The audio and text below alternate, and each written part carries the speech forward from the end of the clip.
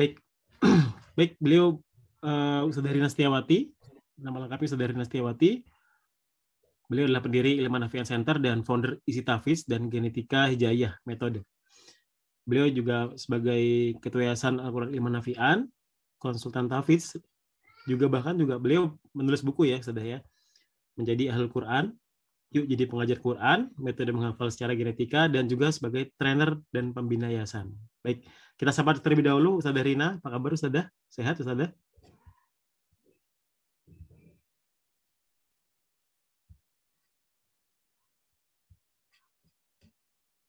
Ustadzah sepertinya belum di-unmute. Ustadzah, hapunten. Oh ya, Masya Allah. Udah ya? Udah belum? Sudah terdengar dengan baik di kami. Ya, Alhamdulillah. Masya Allah. Barakallahu fiik, luar biasa. Kabar baik. Insyaallah. Baik Ustadzah, berikut kalau Ustadzah sudah hadir di tengah kita, maka kita saksikan materi inti dari pertemuan kita hari ini. Pada Ustadzah Rina, kami persilakan. Baik. Alhamdulillahirabbil alamin. Asyhadu alla ilaha illallah wa asyhadu anna Muhammadar Rasulullah. Allahumma faqihna fid din wa 'allimna at-ta'wil. Allahumma faqihna fid din wa 'allimna al-kitab was sunnah. Allahumma ja'alna min ahlil Qur'an alladzina hum ahlullah wa khassatuh birahmatika ya arhamar rahimin. Udah ya, berarti gini aja. Udah cukup jelas. Cukup Ustadzah? Bisa dicek di setting sama.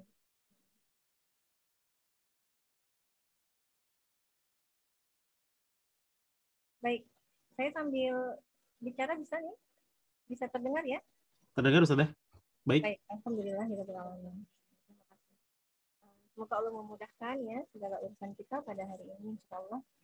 Baik teman-teman semua, kita menyamakan dulu ya persepsi tentang konsep genetika hijaiyah. Jadi genetika hijaiyah tadi yang saya katakan bahwa saya pada akhirnya dalam perjalanannya itu menemukan ya bahwa huruf ini mempunyai karakter. Sama halnya diri kita. Dan karakter huruf ini sangat bersinergi dengan kita. Dulu itu saya nggak tahu mau nama ini apa. Tetapi saya melihat sebuah hipotesa, sebuah rangkaian-rangkaian dalam pembelajaran saya, bahwa kok ada hasil dan pola yang berulang terhadap murid-murid saya. Terhadap halnya teman-teman itu merasakan hasil, ya, merasakan hasil yang mereka akhirnya sama gitu, polanya berulang. Ustazah, saya sekarang udah tidak lelah, saya sekarang tidak ngos-ngosan, saya sekarang sudah hilang rasa saya, sepertinya saya pengen baca Quran terus. Dan ini sama, hal ini juga dirasakan. Jadi bukan satu dua orang yang mengatakan seperti ini, itu banyak sekali ya dari setiap peserta ya, dari setiap kelas yang saya bina, itu mengatakan hal yang mereka rasakan. Nah, berarti ini ada sebuah konsep ya yang akhirnya saya menemukannya di tahun pandemi ya, yang terjadi pandemi ini kami akhirnya pertama kalinya membuka kelas online di Juni 2020 karena pada saat itu murid-murid saya pada mengatakan, aduh gimana ini kita kalau nggak setoran ini berantakan lagi, standarnya akan turun gitu. Coba Ustazah buka online gitu kan. Saya sebenarnya bukan orang yang merekomendasikan kelas online. Bahkan saya berapa kali itu ditawarkan online itu saya hampir nggak pernah nerima gitu ya. Tapi Masya Allah, akhirnya saya saat itu meminta bimbingan, petunjuk kepada Allah. Ya Allah, tolong bimbing saya ketika saya online ini agar kualitasnya sama dengan seperti yang saya bina saat offline. Nah, alhamdulillah sekarang dari batch 1 di Juli 2020 kita sudah ada 8 kelas ya, dari satu kelas di Juli sekarang sudah ada 8 kelas. Yang paling tinggi itu level 3. Jadi teman-teman nanti kalau ingin mengetahui lebih lanjut silahkan ya berinteraksi dengan tim, dengan official ya untuk mengikuti ya jenjang-jenjang di kelas-kelas kami. Nah, jadi alhamdulillah hasil dari online ini juga ternyata sama luar biasanya. Bahkan tadi Pak Bangun Rohmadi ini ya, barakallahu fiik ya Pak Bangun, Masya Allah, yang saya lihat percepatannya luar biasa. Ini baru sebulan, belum ada sebulan Pak Bangun itu 3 kali Zoom, karena kami sebulan itu kan 4 kali Zoom ya, sepekan sekali. Ini Pak Bangun itu 3 kali Zoom, dan setiap Ahad mengikuti pembinaan untuk fasilitator. Jadi kami nanti ada kelas fasilitator, sehingga saya melihat peningkatan dan percepatan yang luar biasa. Dan teman-teman bisa menyaksikan tadi bagaimana beliau memberikan kesaksian ya, sehingga memang yang dirasakan itu ya seperti itu yang teman-teman lihat. Dan itu teman-teman hasilnya permanen. Hasilnya permanen. Insya Allah. Insya Allah itu Quran itulah yang harusnya demikian yang harus kita lakukan terhadap Al-Quran. Nah, bagaimana caranya, penasaran kan gitu ya? Bagaimana nih mempraktekkan gitu ya konsep ini dalam kehidupan kita ya, terutama dalam interaksi kita bersama Al-Quran. Next slide-nya.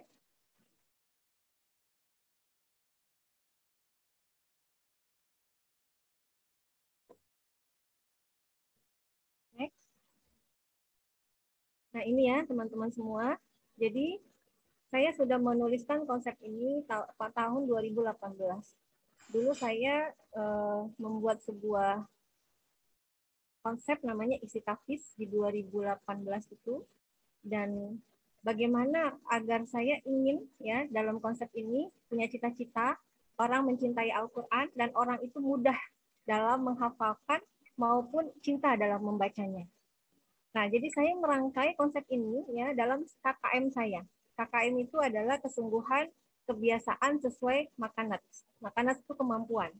Jadi kalau saya sebagai seorang konselor ya, sebagai seorang konsultan atau solver ya, itu saya biasanya merancang sebuah KKM baik untuk siapapun ya yang mengikuti kelas-kelas kami di Quran Solving maupun untuk diri saya sendiri. Nah, saya menulis KKM ini ya, menulis kesungguhan kebiasaan ini dalam rangkaian puluhan ribu jam terbang. Jadi artinya kita punya kayak durasi waktu untuk berlatih ya, untuk terus menerapkan ini sampai lebih dari 10.000 jam terbang. Jadi puluhan ribu jam terbang itu baru bisa terukur bagaimana kita bisa membuat sebuah konsep atau sebuah hal yang bisa kita katakan dia sebagai hipotesa ya. Itu harus ada kebiasaan dan harus ada pengulangan, juga harus ada pembuktian ya dari penerima manfaat ataupun siapapun yang mempelajari konsep tersebut. Nah, pertama kali saya itu waktu itu punya ide ya di tahun itu, bagaimana Quran itu terkoneksi. Jadi ini kan ada orang baca Quran, tapi dia kayak misalnya masih merasa mengantuk, masih merasa belum malas, masih merasa belum tartil, masih merasa dia itu jenuh, bahkan dia kayak nggak ada gairah terhadap Quran. Lalu saya mengamati sebuah kondisi ini, saya membandingkan bagaimana kalau teman-teman umroh. Umroh itu tentunya kita mendengar bacaan Imam Masjidil Haram, di mana bacaan tersebut kita berdiri berjus-jus di Masjidil Haram, kita nggak ngantuk dan lelah. Ini dua kondisi yang berbeda tentunya.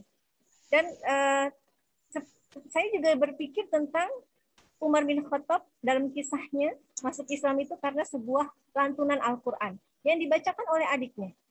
Lalu saya bertanya-tanya ketika dia dalam amarah yang sangat besar memegang pedangnya ingin membunuh adiknya, dan pada saat itu Fatimah sedang membaca surat Toha, sedang membaca Al-Quran, tiba-tiba gemetar tangannya dan jatuh pedangnya. Sehingga saat itu dia menyatakan masuk Islam. Yang jadi pertanyaan saya, bacaan Fatimah ini bacaan yang seperti apa sehingga bisa mengguncang dan bisa terkoneksi kepada Umar, bisa terkoneksi, terfrekuensi hati Umar ini kepada bacaannya, dan juga bisa terkoneksi kita dengan Quran. Akhirnya saya berpikir bahwa saya harus membuat sebuah rancangan, harus ada fondasi yang kita bangun bersama Quran ini.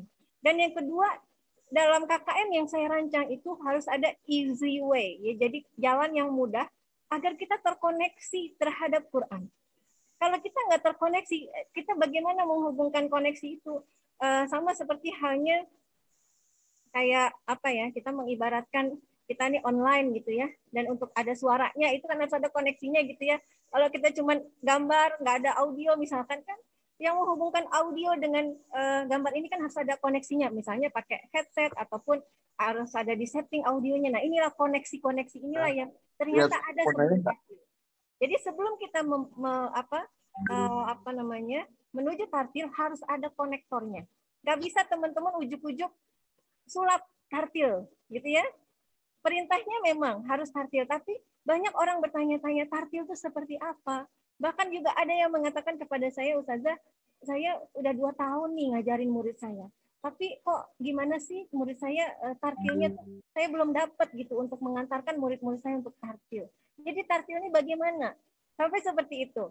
Dan ternyata teman-teman, perjalanan kita itu ada menuju tartil, ada konektornya, ada koneksinya. Jadi apa konektor dan koneksi ini? Inilah kita agar terkoneksi itu adalah pintunya dari genetika hijaiyah. Dari memaksimalkan karakter-karakter hurufnya.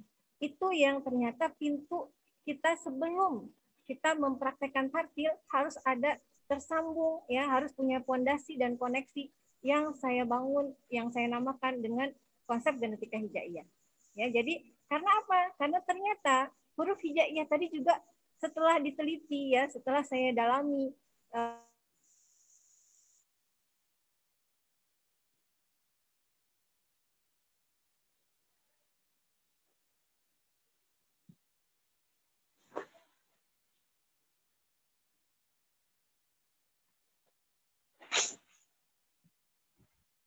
di mana 5 belahan otak ini ternyata, Masya Allah, itu juga terkait dan tersinergi dengan 5 karakter huruf hijaiyah. Jadi kalau kita belajar sifatul huruf, karena sifatul huruf itu materi yang paling sulit itu di dalam keilmuan pembelajaran Quran, ya. Jadi kalau saya menjelaskan sifatul huruf tuh biasanya kalau saya kasih PR sama kelas tuh saya suruh baca aja, mereka besoknya ditanyain, aduh kita nggak paham gitu ya, karena memang harus betul-betul dijelaskan secara detail baru bisa menangkap bahwa oh begini maksud dari sifatul huruf. Nah, jadi ternyata sifat huruf di hijaiyah ini yang tidak dimiliki oleh alfabet A B C D E tadi, ya, nggak ada sifatnya, ternyata itu tersinergi dengan 5 belahan otak dominan dalam diri kita. Jadi itu connect banget. Jadi benar banget kalau Quran bisa merubah karakter. Benar banget kalau Quran bisa merubah akhlak. Benar banget kalau Quran bisa merubah kehidupan. Benar banget kalau Quran bisa merubah dan memperbaiki kondisi psikologis seseorang. Kalau kita belum bisa merasakan itu, pasti ada yang salah. Karena apa? Karena orang jadi akhirnya nggak percaya dengan Quran. Jadi akhirnya ada gozul fikr. Gozul fikr tuh perang pemikiran. Quran mah nggak ngaruh, nggak ada efek-efeknya. Saya baca Quran udah lama begitu-begitu aja. Itu banyak seperti itu. Bahkan juga kami bukan tidak ada tantangan, kami penuh tantangan. Ustazah, ngajarnya biasa-biasa aja, Ustazah. Nggak usah. Kita tuh do itu sampai bo, nggak usah do gitu aja, do biasa gitu. Ini adalah hal-hal yang terjadi dan harus banyak diluruskan. Dan ternyata ketika saya mempertahankan sebuah konsep yang memang saya ajarkan sejak dulu, saya pertahankan kualitasnya, saya kawal hasil-hasil dari murid saya dengan sertifikasi, Masya Allah, tabarakallah teman-teman, itu akhirnya orang-orang yang tadinya mungkin mengalami perang pemikiran yang berbeda dengan kita akhirnya bergabung dan akhirnya melihat fakta bahwa oh ternyata yang diajarkan memang benar seperti itu. Nah ini teman-teman, jadi dalam hal ini saya ingin mengajak ya semuanya untuk merasakan, nanti menemukan, karena ini nggak bisa instan. Ada murid saya itu 4 kali sudah Zoom, akhirnya dia penasaran, pengen offline sama saya. Ustazah, saya mau ke rumah, pokoknya saya mau belajar ketemu offline. Oke, saya bilang. Kami 3 kali akhirnya offline. Udah terakhir itu berarti 7 kali ya. 4 kali Zoom, 3 kali offline itu berarti kami 7 kali bertemu. Dalam 7 kali itu, ada kan ketika orang bergabung, misalnya ikut dengan kelas-kelas kami tuh, saya udah pernah belajar di lembaga ini, saya udah merasa bisa, dan saya udah merasa saya tinggal pokoknya sudah bisa mengukur dirinya gitu. Tetapi pas kami pakai standar di tempat kami, waduh ini masih banyak yang salah gitu kan. Akhirnya saat itu di pertemuan ke-7 itu saya minta ujian. Saya minta ujian, akhirnya apa yang terjadi? Saya mengatakan ini catatannya masih banyak kesalahan, ada beberapa makharijul huruf, kemudian juga masih ada, saya bilang ketika sampai ke makhraj tertentu di halaman kami ada 8 lembar ujian. Jadi kalau ada halaman-halaman ujian itu ada 8 lembar yang harus dia lalui untuk ujian level pertama. Dan itu di huruf keberapa baru di lembar kelima itu udah ngos-ngosan, udah capek. Udah akhirnya tertukar-tukar. Akhirnya cuma bacaan biasa, akhirnya dia bacanya itu udah nggak fokus dan banyak kesalahan. Shani Aka jadi Sani KA. Pokoknya jadi gitu ya, jadi banyak miss seperti itu. Nah ini saya bilang ini ada yang salah, saya bilang. Akhirnya di situ dia termenung, dia menyadari. Berarti saya belum tartil ya Ustazah. Saya selama ini pede banget. Saya masuk kalau belajar sama Ustazah, saya udah banyak ke lembaga-lembaga juga.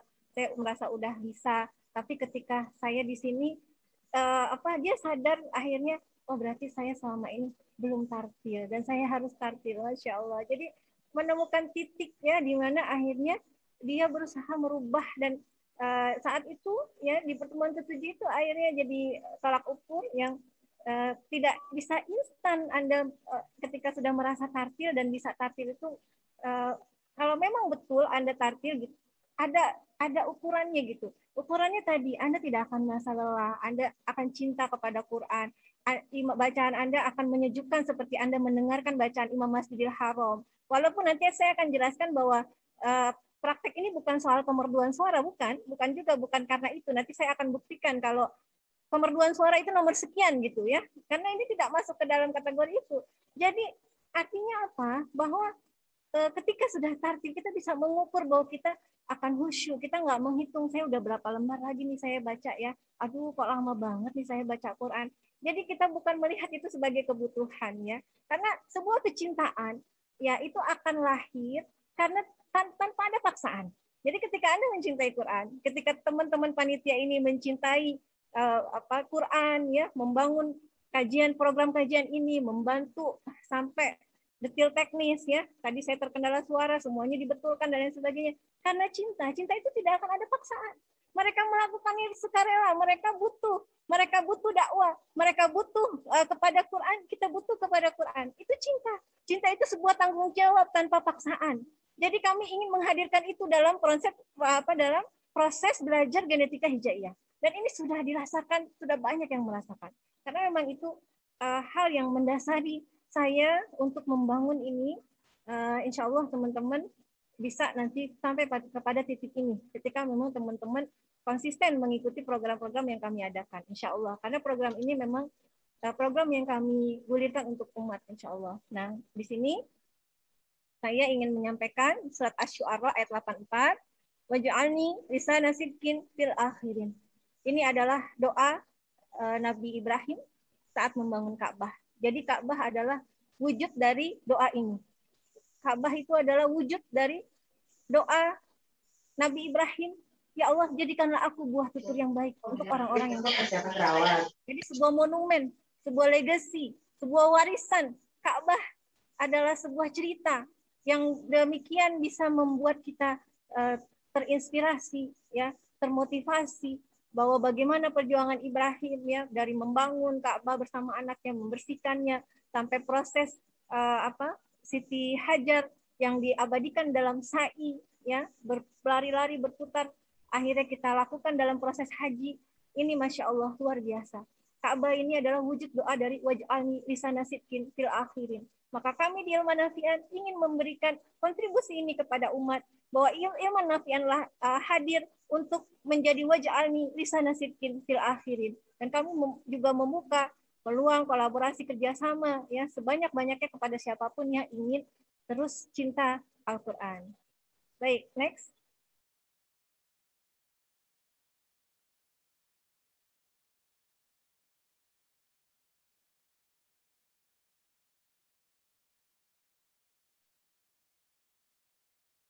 Kita akan selanjutnya adalah mempraktekkan beberapa, sebelum kita masuk ke Al-Fatihah, saya akan menjelaskan potongan-potongan kalimat ya, yang terkadang-kadang kita menganggap ini biasa-biasa saja, ya. Ya, artinya gini.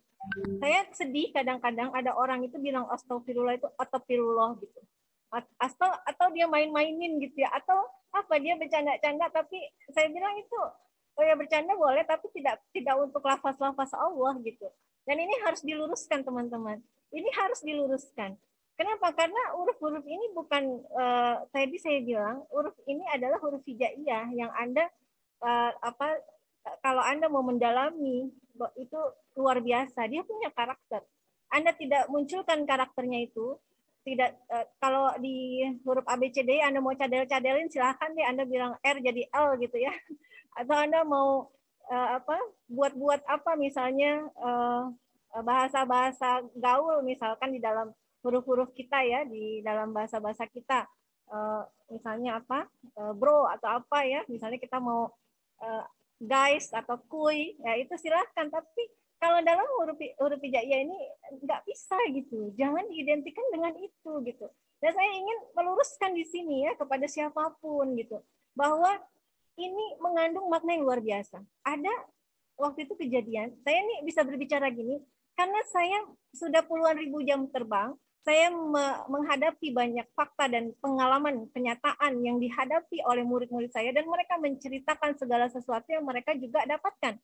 Seperti halnya tadi Pak Faiz sendiri juga menyampaikan, saya juga merasakan bahwa saya ada perubahan. Nah itu murid-murid kami yang memberikan kesaksian-kesaksian dan menceritakannya gitu. Nah ini ada sebuah kisah juga ya, yang waktu itu murid saya umroh. Pada saat murid saya umroh ya, ketika dia umroh itu dia berdoa di sana ya bersama anak-anak dan suaminya. Pada saat pulang, udah beberapa bulan berlalu dari umroh, dia melihat bahwa fakta dari suami dan anak yang berdoa di sana terkabul. Sampai dia curhat sama suaminya. Ayah, kok doa ayah sama anak-anak banyak yang udah dikabulin ya, tapi doa Umi belum dikabulkan, sampai bilang begitu kan. Nah, akhirnya ayahnya bilang, ya coba Umi introspeksi. Baca doanya seperti apa, kayak mana doa Umi yang Umi panjatkan, udah betul belum lafaznya, udah benar belum penyampaiannya ketika Umi berdoa. Akhirnya di situ dia termenung, dia berpikir, waduh jangan-jangan saya dia tidak menganggap bahwa doa-doa itu juga punya lafaz-lafaz yang harus diperhatikan huruf-hurufnya ya. Misalnya dia kalau misalnya Rabbana atina fid dunya hasanah gitu, fid dunya gitu ya. Ya udah baca aja gitu kan, seperti itu. Nah, ternyata Masya Allah dia merasakan bahwa betul juga ya gitu. Dia akhirnya belajar dan dia mengutarakan di kelas kami saat itu, dia sangat sungguh-sungguh, saja saya mau benar-benar nih, saya pokoknya mau merubah gitu. Akhirnya dia ingin membuktikan bahwa ketika huruf itu terucapkan dengan betul dan akhirnya dia mendapatkan umroh kembali gitu ya, dan alhamdulillah dia lafazkan dengan cara yang benar, itu dia mendapatkan hasil dari doa-doanya. Jadi kita nggak bisa ya bilang astagfirullah itu juga kita asal-asal. Dan teman-teman perlu ingat nih, perlu teman-teman ketahui, ketika teman-teman settle atau ajak misalnya huruf itu udah terucap di kita ini, udah apa ya, udah biasa kita ucap. Misal kita bilang huruf K gitu ya, bilang huruf Go, bilang huruf Fa, itu udah di tempatnya Fa gitu, nggak Pa gitu. Atau bilang A itu udah bukan nga atau bukan A gitu, nggak tertukar-tukar, itu biasa udah settle, itu akan terkunci, akan permanen dia. Sama seperti halnya analoginya begini, kalau kita misalnya head, kan kadang-kadang aduh gimana saya head, apakah saya boleh baca Quran, bagaimana dengan sholat saya, puasa saya. Ternyata orang head ketika dia sebelum headnya membiasakan istiqomah baca Quran, membiasakan puasa Daud, membiasakan sedekah, ketika dia head teman-teman, Masya Allah, pahala dia sedekah, pahala dia puasa Daud, pahala dia baca Quran, ditulis sama teman-teman, ditulis sama, tidak dikurangi sedikit pun. Masya Allah ya, Masya Allah, tabarakallah.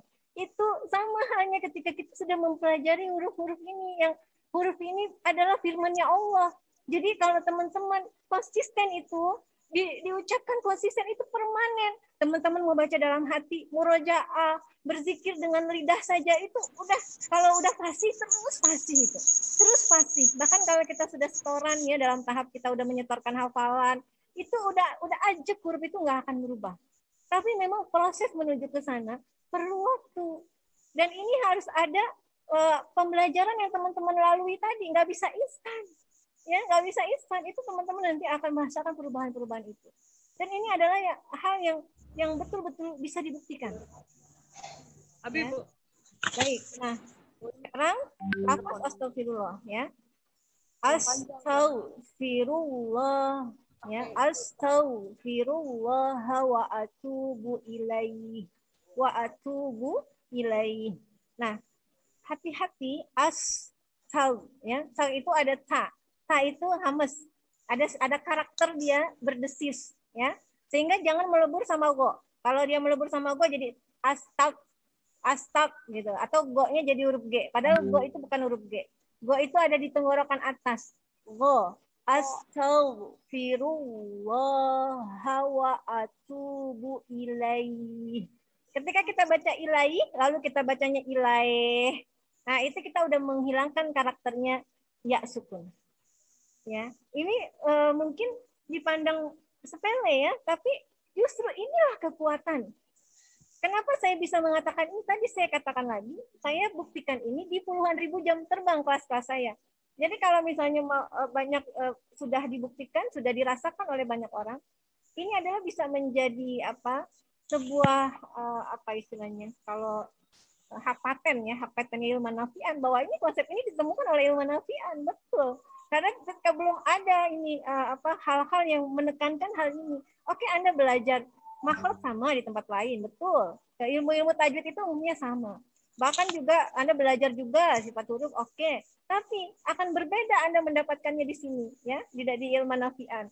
Jadi ucapan astagfirullah ini harus ya memberikan tadi hak-haknya dan jangan dimain-mainkan seperti dicanda-canda ya dan lain sebagainya, itu nanti menjadi berlebihan dan akibatnya kita akan dijauhkan dari Al-Qur'an. Nauzubillah min dzalik. Oke, selanjutnya.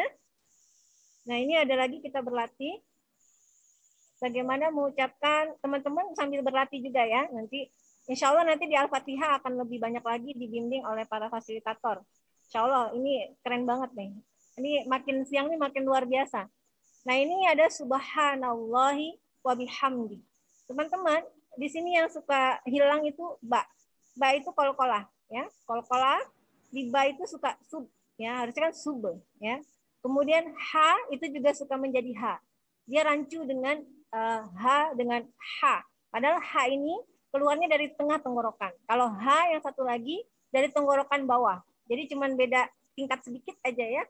Kalau misalnya ada tingkat 1, tingkat 2, tingkat 3, nah ha itu di tingkat 1 sini. Kalau ha itu di tengah sini. Ya, jadi emang tipis bedanya. Bagaimana kita memaksimalkan pengucapan ha? Maka karakter yang keluar dari ha itu harus subha, dibuka rahang ya. Subhanallahi. Nah, ini adalah ha yang di tenggorokan bawah. Subhanallahi wa bihamdihi. Saya tanpa berpikir, saya baca ini udah otomatis karena dia permanen. Kalau Anda sudah fasih nanti itu permanen. Saya nggak perlu berpikir ha itu dari tengah tenggorokan. Saya nggak perlu berpikir dal itu dari ujung lidah ketemu dengan pangkal gusi gigi depan bagian atas. Saya nggak perlu berpikir sin itu ujung lidah bertemu dengan dinding gigi depan bagian bawah. Saya udah nggak perlu berpikir lagi letak-letaknya karena dia sudah permanen, sudah terucap. Nah, teman-teman untuk mencapai proses ini itu waktu. Itu waktu. Nggak bisa instan, nggak bisa teman-teman kebut-kebut, ngaji itu kebut-kebut, nggak ada kebut-kebut. Aduh, saya belum target kebut-kebut gitu ya. Itu apa yang mau dihasilkan dari ngaji kebut-kebut gitu. Ya, nggak ada itu. Kita hidup tuh sekali ya kan? Jadi Quran ini long life education. Apa yang mau ditarget? Kalau misal anak pesantren, kita santri, oke, punya target. Kita umurnya masih belasan tahun, masih 8 atau 9 tahun di kader jadi penghafal Quran, oke, ada target karena mereka kapasitasnya di situ. Tapi usia-usia kita, usia-usia yang sudah memikirkan untuk membangun kualitas, coba target-target itu dirancang sedemikian rupa yang sesuai dengan kemampuan teman-teman dan sampaikan kepada Allah, ya Allah, saya baru bisa belajar untuk tidak terbata-bata, maka bimbing saya agar saya lancar. Ya Allah, saya baru bisa belajar makharijul hurufnya, maka bimbing saya agar saya fasih. Jadi nggak usah kebut-kebut gitu. Ini kan sistem kebut-kebut itu jadi akhirnya distract ya, membuat kita akhirnya mengabaikan karakter-karakter huruf ini. Nah, ini yang akhirnya kita menjadi PR juga. Nanti insya Allah teman-teman akan ini kok, akan apa namanya, teman-teman tuh akan sampai pada titik yang bahkan teman-teman kalau nanti udah cinta dengan Quran, nggak usah sehari sejuz, 2 juz, 3 juz, 5 juz tuh udah nggak ada paksaan. Ya, cinta itu lahir dari sebuah tanggung jawab yang tanpa paksaan. Jadi baca 5 juz sehari itu udah kebutuhan, udah rasanya ada yang kurang, udah ya Allah, ya kayak ada yang hilang, udah seperti itu gitu. Kayak saya tuh kalau kehilangan dompet saya nggak deg-degan. Kalau dulu waktu belum ada handphone, belum ada aplikasi apa tuh di handphone Quran gitu kan. Jadi saya kalau sedih malah, aduh Quran saya mana, mushaf saya mana gitu kan. Jadi kalau ketinggalan dompet saya tenang aja gitu, masya Allah ya. Itu hati, kondisi hati yang diberikan untuk para penghafal Quran ya, masya Allah. Baik, next. Ini ada lagi bacaan selanjutnya yaitu la haula wala quwata illa billah. Nah, ini hati-hati ya, bahwa berat sekali loh timbangan-timbangan zikir ini ya. Makanya kalau udah settle, udah fasih, nyampe zikirnya ke langit ya. Karena zikir ini kan membersihkan hati ya. Nah, kalau zikirnya asal-asal bagaimana gitu kan. Nah, wahai Abdullah bin Qais, katakanlah la haula wala quwata illa billah, karena ia merupakan simpanan pahala berharga di surga ya. La haula. Jadi bukan la haula ya, bukan la hau. Hau bukan hau tapi hau. La haula wala quwata. Bukan kuwata ya, bukan panjang ya, bukan kuwata. Itu kan tasdid, jadi harus ada diangkat suaranya qafnya. Quwata illa billah. La haula wala quwata illa billah. Sederhana loh. Saya ngucapin, teman-teman bisa merasakan lebih sejuk di hati yang mana kan? Saya baca la haula wala quwata illa billah gitu misalnya. Sama saya baca la haula wala quwata illa billah. Sederhana, sejuk di hati yang mana? Pasti bacaan kedua, sejuk di hati. Karena dia memberikan karakternya tadi. Ya, next. Nah, ini selanjutnya adalah saya akan mencontohkan sebelum teman-teman nanti masuk di breakout room ya, bagaimana melafazkan Al-Fatihah ya. Tentang tadi saya sudah janji bahwa membaca Quran tidak terkait pemerduan suara ya. Saya punya pengalaman nyata juga ya, punya kisah juga. Jadi murid saya tuh ada, dia tuh kalau dibilang itu suaranya nggak merdu, pokoknya ya jauh lah dari apa standar, jauh dari standar. Suatu ketika dia menyampaikan kepada saya, karena tetangga juga ya waktu itu, 4 tahun ngaji sama saya tuh, Masya Allah ya, tetangga soalnya kan, habis maghrib dia ke rumah ngaji gitu kan. Nah, jadi dia menyampaikan bahwa saya itu kalau ngaji pasti suami saya itu nggak suka, jadi suka beranjak gitu. Jadi kalau dengerin dia ngaji pergi gitu kan. Saya pengen ustazah ngajinya tuh benar katanya. Nah, terus akhirnya baik kalau emang benar mau gitu ikutin apa yang saya arahkan. Saya bilang akhirnya betul ya, rajin. Terus dia mengikuti target-target saya. Masya Allah, itu dia yang tadinya suaranya tuh benar-benar kalau mau dibilang apa ya, emang nggak bagus gitu kan. Ada karakter suara tuh ini ya, suara orang kan macam-macam gitu ya, tapi ini keadilan Allah. Saya bilang Allah tuh nggak milih, ibaratnya kayak orang masuk surga nggak dipilih yang putih, yang mancung-mancung. Masuk surga Bilal aja kulit hitam masuk surga gitu kan. Nah, ini suara juga sama, Allah nggak beda-bedain. Anda punya suara ngebas, suara tinggi, suara lembut, itu nggak dibeda-bedain dalam hal ini. Yang menjadi ukuran tadi Anda memberikan kemurnian dari karakter hurufnya tadi, itu yang membedakannya nanti. Jadi pada saat itu murid saya, pada saat dia sudah sampai di tartil ya, jadi dia nangis itu nyampein ke saya. Ya Allah Ustazah, ya katanya. Saya tadinya nggak berani disuruh tadarus itu, saya saya minta dilewatin. Udah lanjut. Jadi kan kalau tadarus keliling itu kan kalau Ramadan itu bergiliran. Nah, dia minta dilewatin terus. Nah, suatu ketika dia memberanikan diri. Pas giliran dia ngaji. Kaget itu di forum. Loh, sekarang kok beda banget katanya. Ngaji di mana, belajar di mana. Saat itulah akhirnya banyak yang akhirnya belajar sama saya kan. Dia cuma dari dia itu akhirnya berani ngaji, dia sampaikan saya belajar sama Ustazah Rina. Udah saat itu saya di rumah itu murid saya sampai ratusan akhirnya ya. Saya akhirnya bikin lembaga ilmu nafian pada saat itu offline kan. Nah, akhirnya pada kondisi dia sudah tartil tadi dan dia berani membaca di forum, dia menyampaikan kepada saya tadinya nilai saya 40 saja, bahkan mungkin kurang kali katanya. Tapi sekarang setelah saya mencapai pada titik ini, nilai saya mungkin 70 atau 80, Ustazah mungkin bisa mengukur. Sampai dia terharu ya, menitikkan air mata, dia bilang, dan sekarang kalau saya ngaji Ustazah, suami saya betah di samping saya, karena ngaji saya sudah sampai pada proses yang Ustazah ajarkan itu sudah tartil. Saya sudah cinta sekali dan suami saya juga senang ngedengerin saya. Jadi menarik, ada tarikan gitu. Ada tarikan, orang ini tartil ini punya tarikan. Orang mendekat gitu kan. Dia nggak asal-asal dia baca kan. Orang senang gitu deket dia ngaji gitu, duduk, suaminya jadi punya ada tarikan pada diri suaminya untuk mendengarkannya. Dan dia terharu sekali pada saat itu. Ya, Masya Allah. Jadi ini tidak ada hal yang berhubungan dengan kemerduan suara. Anda mau belajar langgam boleh, tidak ada larangan tentang itu. Tapi langgam itu setelah Anda mendapatkan fondasi dan sudah terkoneksi dengan Quran dan bacaan Anda sudah tartil, silakan Anda belajar, kuasai langgam-langgam yang ada di Quran. Asal jangan tidak menyalahi kaidah tajwid. Ya, silakan Anda belajar. Nah, contoh saya misalkan mau baca datar nih, misalnya ya, lafaz Al-Fatihah ini mau saya baca datar. A'udzubillahi minasyaitonirrajim. Saya baca mat arif disukunnya 2 harokat semua nih, karena saya mau baca datar ya, nggak ada liuk-liuk nih, nggak ada liuk-liuk. Maksudnya nggak ada nada-nada naik turun gitu kan. Tapi coba teman-teman dengar, nanti sama enaknya dengan suara yang saya lantunkan dengan ada liuk-liuk ya. Saya akan baca datar dulu. Karena apa? Saya memberikan karakternya. Ya, silakan dengarkan. Bismillahirrahmanirrahim. Alhamdulillahirabbil alamin.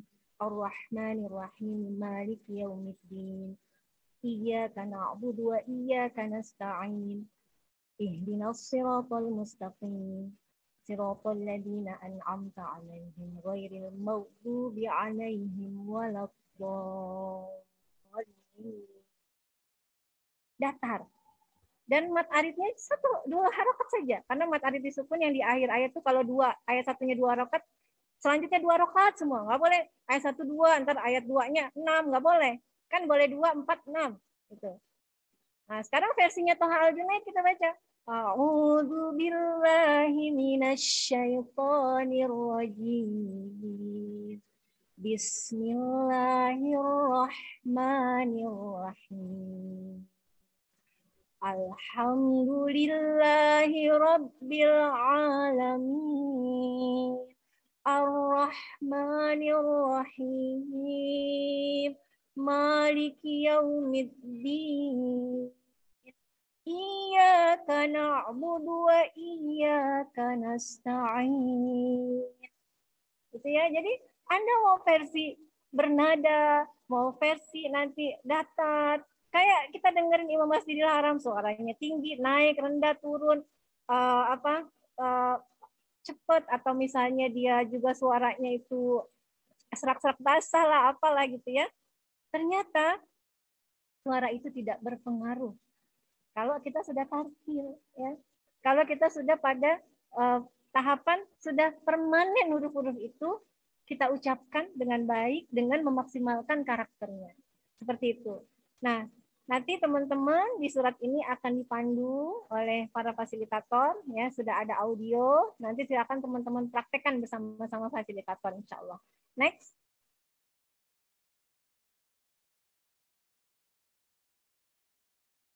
Kami mengajak teman-teman untuk bergabung, ya, karena kami sedang mencetak dan sedang membuat sebuah jariah dengan program ini agar orang cinta Quran.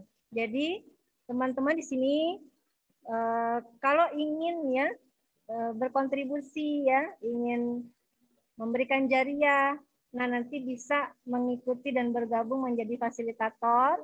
Ini ada beberapa syarat ya dari fasilitator, tapi syarat-syarat ini pun juga tidak menutup kemungkinan untuk siapapun yang baru belajar ya. Nanti baru belajar itu bisa tahap mengajar, kan khairukum man ta'allamal Qur'an wa 'allamah. Jadi yang belajar itu juga nanti harus bisa mengajarkannya kembali ya. Dan di sini bisa syaratnya itu yang sudah menjadi alumni program kita ya, Quran Solving Series, isi Tafiz, webinar seperti ini ya. Udah jadi alumni silahkan ya Anda mendaftar dan bersedia menyebarkan ilmu ini secara jariah di wilayah masing-masing. Karena nanti Pak Bangun dari Sukoharjo ya, Kak Fai dari Bandung, kemudian tim-tim kami yang lainnya juga nanti akan mensyiarkan ini ya di wilayahnya masing-masing sehingga cinta terhadap Quran ini semakin menggema ya, dan kita akan menjadi umat yang akan dibanggakan oleh Rasulullah kelak ya insyaallah. Dan kemudian memiliki hafalan minimal 1 juz. Ya, kalau mau tartil, mau membetulkan bacaan dulu boleh. Saya mau membetulkan dulu, saya mau ikut kelas pembetulan bacaan dulu baru saya masuk fasilitator boleh. Kemudian nanti akan ada TFT bagi para fasilitator ya, training for trainer. Kemudian benefitnya ya, seorang fasilitator itu akan ada pendampingan ya, nanti Anda mempunyai masalah akan saya dampingi karena saya juga sebagai konselor ya, saya sebagai solver, saya sudah mendalami keilmuan yang memang jadi seorang pengajar Quran harus bisa mengatasi permasalahan yang terjadi dalam masyarakat. Jadi dia bukan hanya mengajar Quran, tapi dia juga bisa mengkonseling ya, dia bisa mensolving. Nah, ini akan ada pendampingannya bagi fasilitator ya. Nanti yang udah terjun, yang udah ngajar, ada masalah di lapangan, itu kita ada sesi pendampingan untuk Zoom bersama ya, untuk problem solving dan lain sebagainya. Dan berkesempatan juga untuk pengambilan sanad ya, karena kita tersambung di Ishkarima insyaallah. Kami juga sudah nanti mempunyai rencana bersama tim ya untuk membuat satu program khusus pengambilan sanad Tahfiz Camp.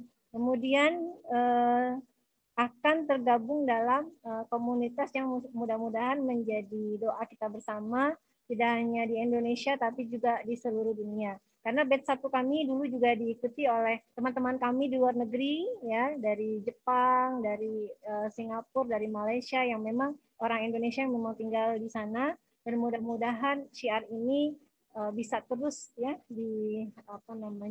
disampaikan dan disebarluaskan karena Allah Subhanahu wa taala. Baik teman-teman semua, silakan demikian ya. Jika ada yang ingin di-sharing atau ditanyakan, mungkin teman-teman bisa menyampaikannya, dan yang benar datang dari Allah, yang salah semata-mata kesalahan saya sendiri. Saya kembalikan lagi kepada MC Kak Fai, silakan. Insyaallah, tabarakallah. Saudara, terima kasih ilmunya terkait Genetika Hijayah. Kita sekarang akan masuk ke cerita jawab, saudara. Pasti banyak banget ini Bapak Ibu yang ingin bertanya terkait materi Genetika Hijayah. Oke, silakan Bapak Ibu, bila ada yang ingin bertanya silakan, kalau misalkan via chat kita sudah sediakan link Slido. Silakan Bapak Ibu akses di kolom chat, ada link Slido. Diklik saja yang chat terakhir. Nah, tapi juga kita sambil menunggu Slido-nya, kita membuka juga bila ada pertanyaan yang ingin membuka mic. Silakan Bapak Ibu, bila ada yang ingin bertanya, boleh raise hand atau boleh langsung open mic.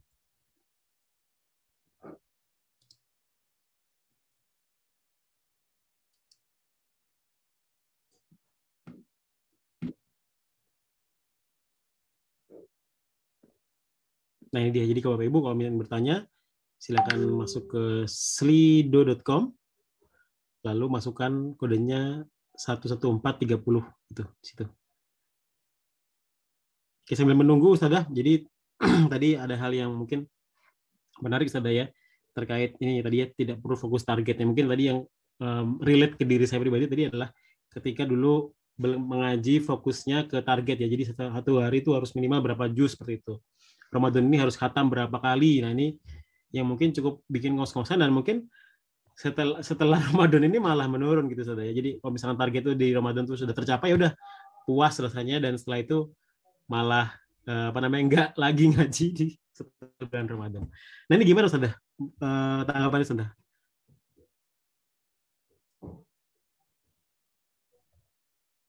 Ya, Masya Allah, barakallah ya, Kak Fai. Ini memang salah satu hal yang paling sering ditanyakan ini ya, karena kan antara target sama antara belajar gitu ya, antara belajar. Sebenarnya kan kita juga sama ya, ketika kita SD, TK, kita punya skup-skup hal-hal yang tentu tidak bisa beban anak SMA dibebankan ke anak TK atau pelajaran matematika SMP buat anak SD gitu kan. Sama halnya ketika kita masih terbata-bata. Anda mau kebut-kebut gitu kan. Ya Anda nggak akan menjadi apa-apa gitu. Jadi artinya kapasitas kita menyesuaikan saja. Nanti saya misalnya Anda punya cita-cita, saya punya target 1 juz, itu akan sampai kok, akan sampai. Jadi justru yang sering salah konsep begini ya. Kadang-kadang kan kalau kita lagi belajar memaksimalkan karakter begini kan, karakter huruf gini kan, kita akan bolak-balik tuh ya. Misalnya kita, aduh tadi za saya kurang deh. Saya kayaknya tadi ainnya salah. Balik lagi tuh, ayat itu balik lagi gitu. Bahkan saya pernah ada dengar cerita itu dari peserta juga, Ustazah, saya tuh kalau baca 1 halaman, katanya sekarang itu 20 kali gitu. Saya bilang, oh bagus dong, 1 halaman 20 kali sama kayak baca 1 juz dong. Saya bilang gitu. Ketawa kan. Terus dia, iya betul Ustazah, jadi saya kayak baca 1 juz katanya. Masya Allah, ya berarti pahalanya 1 juz saya gitu kan. Jadi kenapa 1 juz harus diukur 10 lembar? Anda baca 1 halaman 20 kali itu kan satu juz, saya bilang. Kan 10 lembarnya 1 juz kan. Nah, jadi kenapa berpikirnya jadi malah mengebut-ngebut, akhirnya nggak tercapai. Nah, ini pada saat dia sampai pada tahap dia membetulkan dia baca 1 halaman sampai 20 kali. Karena kenapa? Dia harus balik lagi. Dia salah lagi, panjang pendek salah, dia ulang lagi. Balik lagi dia dari ayat yang sebelumnya. Dia ulang lagi dari awal. Kayak gitu. Jadi 1 halaman tuh sama kayak dia baca 1 juz. 1 juz kan 50 menit lah, 1 jam lah ya. Ya 1 jam tuh 1 halaman dibaca, cuma bolak-balik gitu. Tapi Masya Allah hasilnya sekarang sangat mengagetkan bagi teman-temannya. Loh sekarang kok jadi beda sih ngajinya di mana? Nah itu. Jadi kami tuh kadang-kadang kelas kami bisa 8 kelas. Padahal kalau dipikir-pikir kami tuh baru buka di Juni pandemi aja itu ya. Itu cuma dari mulut ke mulut. Kami itu nggak ada gitu ya. Kami cuma ada medsos ya. Medsos terus juga medsos kami juga ya terbatas dengan followernya kan. Terus grup-grup WhatsApp ada alumni-alumni kami gitu. Tapi artinya kelas-kelas kami itu justru yang banyak berkembang tuh ada nanti saudaranya, iparnya diajak, nanti suaminya, nanti keponakannya gitu ya. Jadi dia udah merasakan hasil, dia cerita tuh, dia ajak lagi, kita mau ngajak nih saudara kita kayak gitu. Nah jadi seperti itu Kak Fai. Mudah-mudahan nanti insya Allah saya doakan bisa target Kak Fai mau 1 juz, 5 juz itu insya Allah bisa. Insya Allah ya. Cuman tadi kapasitas kita ukur dulu. Kita ini di mana sekarang? Seperti itu ya. Siap, terima kasih jawabannya Ustazah. Alhamdulillah. Ini juga di Slido juga sudah sudah ada pertanyaan Ustazah. Saya izin bacakan Ustazahnya. Dari Pak Akmal, apakah ada batasan umur untuk metode ini dan berapa levelnya Ustazah? Masya Allah, ya baik. Untuk metode ini nggak ada batasan umur. Kami memang sekarang baru buka dewasa, tapi permintaan anak-anak juga banyak sekali. Hanya saja fasilitator nih masih dikumpulkan ya, masih di training, karena kami nggak mau ntar menerjunkan fasilitator tidak bersertifikasi atau tidak bisa dipertanggungjawabkan kan. Ini perkaranya kan perkara sampai akhirat ya. Jadi kami ingin fasilitator siap, baru nanti kita mulai buka running kelas-kelas anak. Jadi sekarang memang masih banyaknya yang dewasa. Untuk metode ini boleh berapa saja, bahkan dari anak-anak itu luar biasa. Anak-anak saya itu termasuk ya salah satu yang saya terapkan lebih dulu kan anak-anak saya. Jadi sampai besar, sampai sekarang ini settle permanen itu yang saya ajarkan. Sejak kecil itu makrotnya betul. Makanya kalau di Jepang itu guru TK, guru-guru anak-anak balita itu dipegang oleh orang-orang yang expert. Karena apa? Karena mereka penanaman fondasi dari kecil itu. Jadi kalau yang masuk awalnya betul sampai gedenya itu akan settle, nggak akan berubah. Walaupun teman-temannya pada nggak fasih, dia nggak akan terpengaruh karena file yang pertama kali masuk ke dia itu ya file yang benar-benar kita ajarkan dengan tartil tadi seperti itu. Alhamdulillah ya, anak-anak saya walaupun juga sebagian ada yang masuk SD-nya setelah dia punya hafalan sudah tartil, masuk SD-nya juga bercampur bergabung dengan teman-temannya yang nggak tartil, tapi dia tetap bisa menjaga konsistensinya, alhamdulillah. Kemudian berapa levelnya? Oke, levelnya ini ada 8 level dalam satu modul. Nah, modulnya ini sebentar. Ini modulnya juga seperti ini. Ini nanti akan dicetak yang terbaru, ya. Judulnya Yuk Jadi Pengajar Quran. Kenapa judulnya?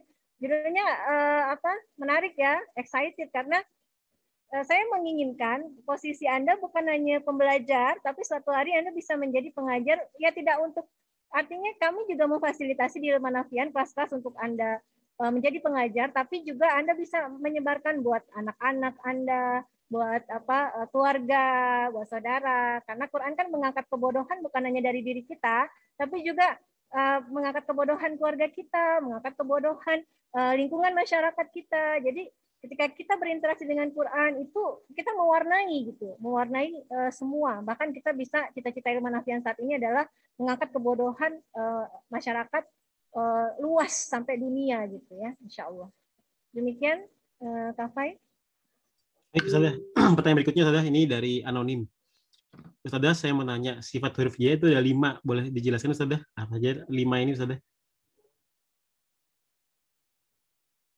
Atau nanti di kelas ini aja ya, kelas intensifnya aja, Ustazah.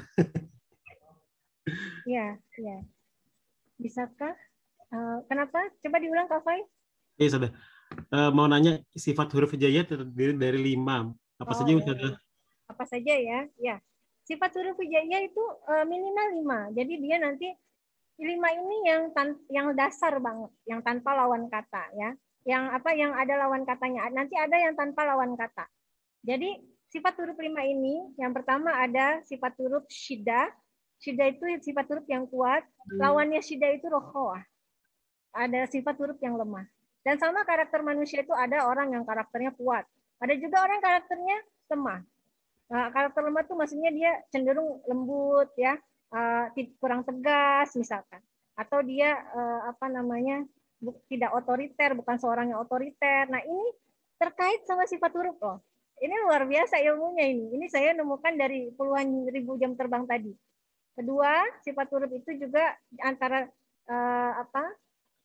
antara kuat dan lemah itu ada tengah-tengah, itu namanya tawasud. Jadi ada sifat sedang. Ada orang yang karakternya juga sangat sedang kan, dia juga nggak terlalu galak, nggak terlalu juga saklek, tapi dia juga lembut. Nah kan ada gitu ya. Terus kedua itu ada sifat huruf hames. Hames itu artinya berdesis, lalu ada jahar. Jahar itu jelas. Sifat huruf jelas. Yang ketiga ada istilah dan istifal. Yang keempat ada itbaq dan infitah. Yang kelima ada ismat dan idlaq. Nanti teman-teman itu akan diperdalam di kelas-kelas kami. Jadi itu rangkaian proses belajar di kelas isi tahfiz. Jadi kalau Anda ingin mendapatkan materi genetika hijaiyah itu nanti akan dimaksimalkan di dalam kelas-kelas isi tahfiz, terutama di modul yang ada ya, di modul ini nanti ini akan ada sampai tadi 8 level tadi seperti itu.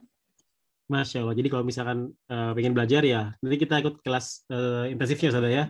Ya, baik. Tafadhol. Baik. Berikutnya Ustazah, pertanyaannya terkait sanad, Ustazah. Untuk bisa mendapatkan sanad bagaimana, Ustazah? Apakah terkendala jarak? Bagaimana supaya bisa dapat sanad? Ya, kalau mau dapat sanad prosesnya panjang. Karena saya mungkin udah dari sejak dulu saya tuh udah belajar tuh dari kuliah, saya emang seneng cari ilmu. Sebenarnya dari kecil tuh saya suka menjuarai Jadi kalau di madrasah itu justru Quran saya paling bagus gitu ya. Kalau diuji di tes itu. Nah, akhirnya saya jadi senang dengan dunia-dunia Quran walaupun waktu itu kuliah saya juga umum. Saya kuliah umum tapi saya ngambil tahsin dan tahfiz, saya ngambil ma'had, saya ngambil hal-hal yang berkaitan dengan Quran. Nah, dulu saya tahapannya kalau teman-teman mau mengikuti cara saya, perbaiki dulu karena pengambilan sanad nggak ujuk-ujuk. Jadi misalnya langsung daftar nggak bisa, nanti yang ada udah gugur duluan itu. Benerin dulu ya, diperbaiki dulu, dipersiapkan dulu. Kalau kata saya mah dipersiapkan dulu karena sanad ini nggak simple. Nah, simpel bahkan ukuran sanad itu memang udah sempurna lah gitu ya. Dan kalau menyetorkan hafalan nih, sanad tuh ada dua, ada sanad tufatul atfal dan sanad jazari. Kemudian yang satu lagi sanad tahfiz ya. Kalau sanad tufatul atfal itu Anda sudah beres tahsin, ntar bisa ikut sanad tufatul atfal atau jazari. Kalau sanad tahfiz Anda harus selesai dulu hafalannya. Paling enggak long life education Anda terus berusaha ngafal ya sampai Anda udah punya tabungan hafalan, udah hafalannya nanti bisa disetorkan 30 juz, maka itu bisa mengambil sanad tahfiz seperti itu. Masya Allah, baik Ustazah. Ini pertanyaannya banyak yang nanya tentang sanad, berarti ini sangat visioner Ustazah ya, sudah sampai mikir mau gimana dapat sanad. Masya Allah, kita doakan semoga banyak sanad. Ya, kita buka Kafai, kita Manafian buka program sanad tadi. Bekerja sama dengan Iskarima, insya Allah. Masya Allah, baik Ustazah. Baik, ini pertanyaan terakhir Ustazah. Ini karena pertanyaannya sebenarnya tadi saya cukup cuma 3, tapi ini pertanyaannya kayaknya niat Ustazah, karena ini di keyboardnya keluar huruf bo dan da. Nah, ini Ustazah, pertanyaan adalah saya ada kesulitan mengatakan makhraj bo dan suka terpleset ke da, apalagi sifat istilahnya kurang. Itu bagaimana Ustazah untuk memperbaikinya? Ya, ini unik juga nih di kelas kami ya, di kelas-kelas kita. Itu memang mentransfer perubahan suara atau perubahan letak kita mengucapkan huruf itu nggak mudah. Itu banyak sekali. Mungkin ada yang cerita juga, saya selama ini nggak nemu gitu kan, saya belum dapat. Tapi dengan izin Allah ya alhamdulillah peserta-peserta kami bisa melewati level ini gitu. Nah, jadi caranya kalau do itu kan dia nggak perlu istitolah. Kenapa? Karena kalau kita bilangnya do itu pakai kayak dal ya, atau kita contohnya gini deh. Kalau bilang di sama di sama di. Kalau di itu kan pakai bo, kalau yang di itu kan pakai dal. Nah, itu kan suka kepleset misalkan kan, atau kita bilang bo-nya jadi do. Nah, itu kan berarti letak lidahnya berubah. Contoh misalnya saya ada pensil yang saya sentuhkan sama permukaan ini ya, permukaan buku nih. Ini ujungnya saya sentuhin. Dengerin suaranya ya. Suaranya kayak gini kan. Nah, terus kalau saya geser bukan ujungnya, saya geser badannya sekarang. Saya geser badannya, saya sentuhkan ke permukaan ini, dengerin lagi suaranya. Sama atau enggak suaranya? Sama atau enggak? Beda, karena ada pergeseran. Sama lidah kita ada pergeseran. Do, itu dia pakai ujung lidah ke langit-langit. Dia bergeser. Harusnya kalau yang istitola itu sisi lidah itu ke geraham ya. Jadi sisi lidahnya tempelin ke geraham, tempelin gini. Sisi lidah bo ya, bo. Nah, sehingga dia letaknya itu ketika letaknya sudah betul baru ucapkan bo. Kalau kita do, berarti kita menggeser lidah kita ke langit-langit itu. Do. Kan suaranya juga beda itu. Do. Kayak gitu ya. Nah, itu nanti kita kecil banget. Itu nanti kecil banget kita pelajarin itu di isi tahfiz, di kelas-kelas isi tahfiz. Oh, do. Baik, apa yang lagi belajar juga? Do. Ini bangun ya. Bangun semangat sekali, Bang. Baik, sudah sepertinya cukup untuk pertanyaan. Mungkin tadi hal yang bisa saya ambil adalah tadi terkait yang perlu saya garis bawahi dari penyampaian saudara adalah ketika kita ada cinta, tidak ada paksaan dan menjadi kebutuhan. Mungkin itu ya saudara ya. Kita memperbaiki di Ramadan ini, memperbaiki hubungan kita dengan Quran